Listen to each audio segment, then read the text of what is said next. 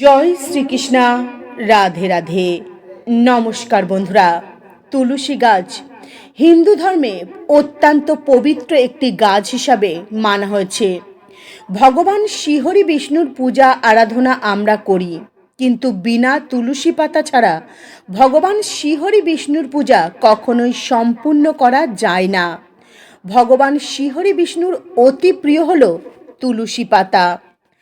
আপনার বাড়ির উঠোনে থাকা তুলসী গাছ আপনার জীবনে সুখ, শান্তি, সমৃদ্ধির রাস্তা খুলে দিতে পারে। বন্ধুরা, আজকের এই ভিডিওতে আপনাদের জানাবো তুলসী পাতার এমন কয়েকটি ছোট ছোট চমৎকারী উপায়ের কথা, যে উপায়গুলি করে আপনি আপনার জীবনে সুখ ও শান্তি এবং সমৃদ্ধি লাভ করতে পারবেন। শাস্ত্র অনুসারে যে ঘরে তুলসী গাছ সঠিক দিকে থাকে সেই ঘরে সুখ, শান্তি, সমৃদ্ধিতে ভরে ওঠে এবং রোগ ব্যাধি ওই ঘরে কখনো প্রবেশ করতে পারে না। তুলসী গাছকে মাতা লক্ষ্মী দেবীর স্বরূপ মানা হয়। হিন্দু ধর্মে যে কোনো ধার্মিক অনুষ্ঠানে তুলসী পাতা ছাড়া সেই ধার্মিক অনুষ্ঠান কখনো সম্পূর্ণ করা যায় না।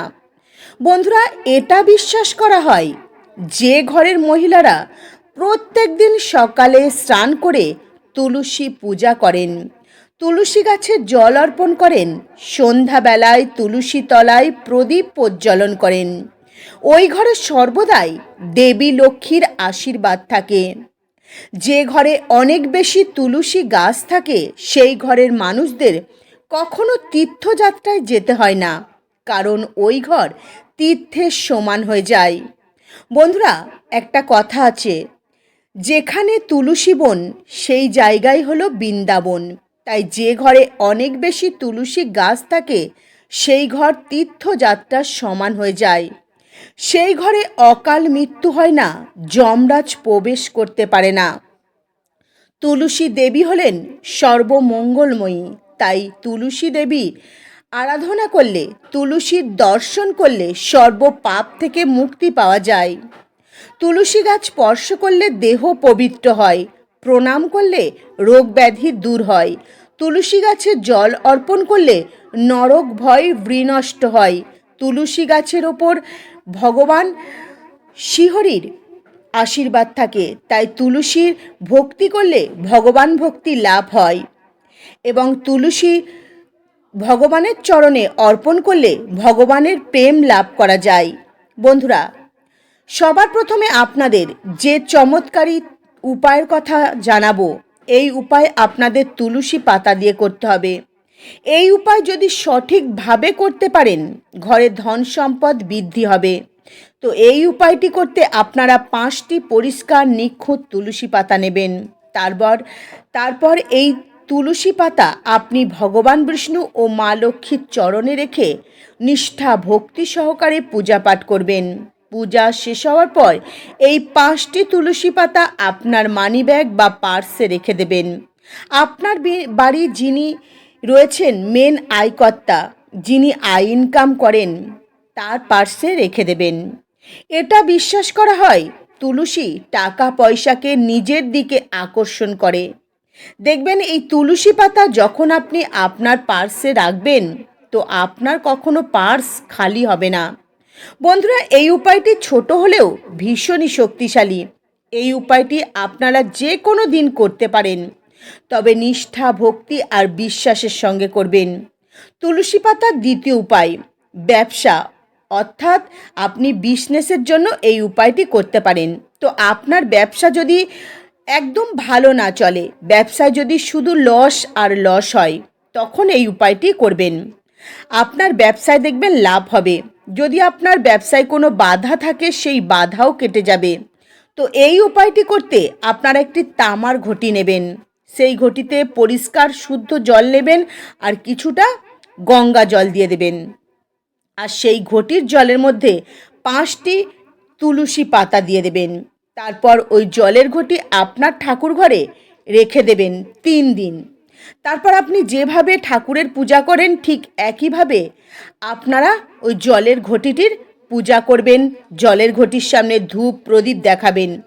3 দিন পর ওই জলের ঘটিটি ঠাকুর ঘর থেকে বার করে আপনার যে ব্যবসা স্থান অর্থাৎ আপনার দোকানে বা আপনি যে ব্যবসায় করেন সেই ব্যবসা স্থানে ছড়িয়ে দেবেন। হ্যাঁ বন্ধুরা, এই জল ছড়িয়ে দেবেন।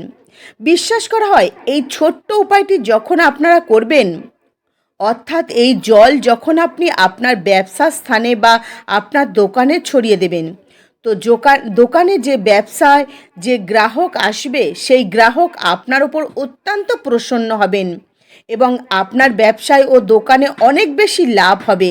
গ্রাহক আপনার ব্যবসা বা দোকানের দিকে আকর্ষিত হবে।